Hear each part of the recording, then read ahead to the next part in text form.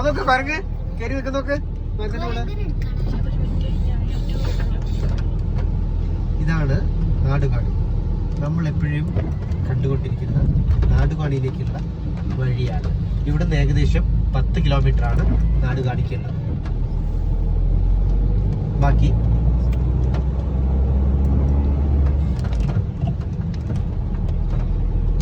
ഈ സ്ഥലങ്ങളിലെല്ലാം ആന ഇറങ്ങുന്ന സ്ഥലങ്ങളാണ്. ഇവിടെ എല്ലായിടത്തും ബോർഡ് വെച്ചിട്ടുണ്ട്. നിങ്ങൾക്ക് ബാക്കിയുള്ള എന്തെങ്കിലും കാണണമെങ്കിലേ നേരിട്ട് ഇങ്ങോട്ട്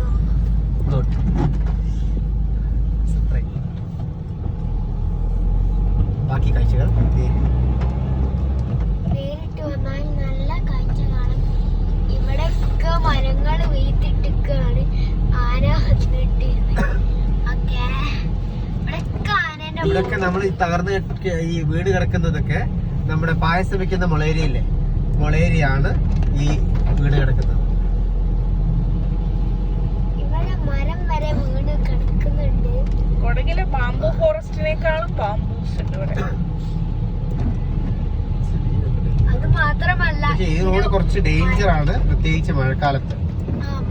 പക്ഷെ കമ്പാരിറ്റീവ്ലി വീതിയുണ്ട് റോഡിന്. മഴ ആയതുകൊണ്ട് വേഗം ആന വരാനുള്ള സാധ്യതയുണ്ട്.